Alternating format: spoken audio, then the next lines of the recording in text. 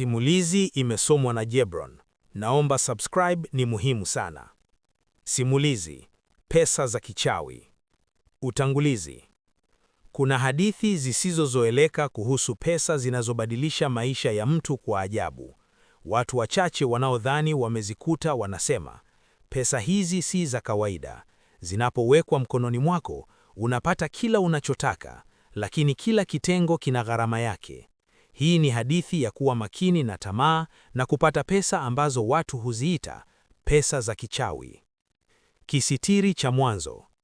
Hamisi alikuwa mwanafunzi maskini, akikaa mjini karibu na soko la kale. Siku moja, akiwa akitafuta chakula sokoni, aliona kitu kimeangukia kwenye njia ya giza.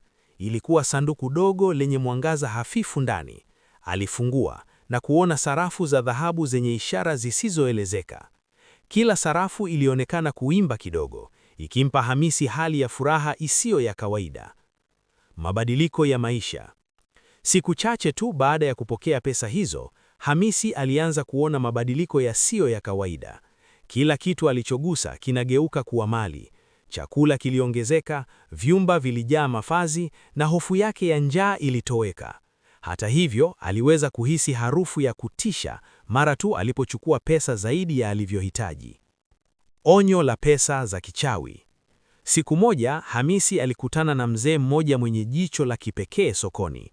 Mzee alisema, pesa hizi si za bure. Kila tamaa unayochukua, unalipa gharama ambayo huioni mara moja. Hamisi alicheka, akidhani ni maneno ya wazee. Lakini hatua kadhaa baadaye, familia yake ilianza kugombana. Marafiki wake waliibuka na tamaa zisizo na mwisho, na hofu isiyoelezeka ilianza kumfuata usiku kucha. Shida zinazoongezeka. Hamisi alianza kuona kuwa pesa hizo hazikubaliani na furaha halisi. Mara kadhaa alijaribu kuzijaza kwenye mfuko wake, lakini sarafu zilitoweka bila sababu. Kila alipojaribu kumsaidia mtu, kitu kisicho cha kawaida kilitokea. Mali ilipotea au mtu aliyepewa sarafu alikumbana na matatizo yasiyoelezeka. Uamuzi wa mwisho. Baada ya muda, Hamisi alijua hataki kuendelea na pesa hizi. Aliamua kurudisha sanduku pale alipozikuta, akijua kuwa tamaa yake inaweza kuharibu kila kitu kilichokuwa cha thamani kweli.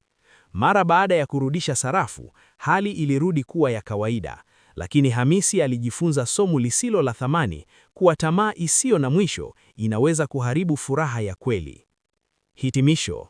Hadithi ya pesa za kichawi inatufundisha kuwa mali, pesa, au wingi wa kitu kisicho cha kawaida haiwezi kulinganishwa na thamani ya maadili na furaha ya kweli. Kila mtu anapotamani sana, lazima ajue kuwa kila tamaa inayoletwa na pesa zisizo za kawaida huja na gharama.